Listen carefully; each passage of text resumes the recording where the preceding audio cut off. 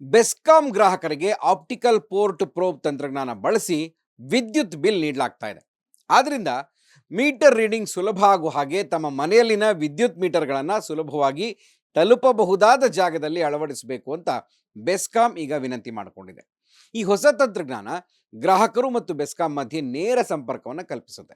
ಇದರಿಂದ ಗ್ರಾಹಕರು ತಮ್ಮ ವಿದ್ಯುತ್ ಬಳಕೆಯ ಮಾಹಿತಿಯನ್ನು ಮೊಬೈಲ್ ಅಪ್ಲಿಕೇಶನ್ ಮೂಲಕನೇ ಪಡ್ಕೊಳ್ಬಹುದು ಮತ್ತು ರೀಚಾರ್ಜ್ ಕೂಡ ಮಾಡಬಹುದು.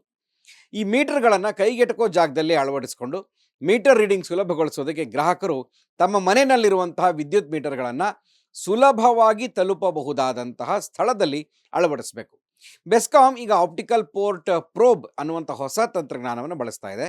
ಇದು ಮೀಟರ್ ರೀಡಿಂಗ್ಗೆ ಸಹಾಯ ಮಾಡುತ್ತೆ ಮತ್ತು ಬಿಲ್ ಕೊಡುವಂಥ ಪ್ರಕ್ರಿಯೆಯನ್ನು ಕೂಡ ಈಸಿ ಮಾಡ್ತಾ ಇದೆ. ಈ ತಂತ್ರಜ್ಞಾನ ಸ್ಮಾರ್ಟ್ ಮೀಟರ್ಗಳನ್ನು ಒಳಗೊಂಡಿರುತ್ತೆ. ಇದು ಗ್ರಾಹಕರು ಮತ್ತು ವಿದ್ಯುತ್ ಬಳಕೆಯನ್ನು ಮೊಬೈಲ್ ಆ್ಯಪ್ ಮುಖಾಂತರ ನೈಜ ಸಮಯದಲ್ಲಿ ತಿಳ್ಕೊಳ್ಳೋದಕ್ಕೆ ಅನುವು ಮಾಡಿಕೊಡುತ್ತೆ.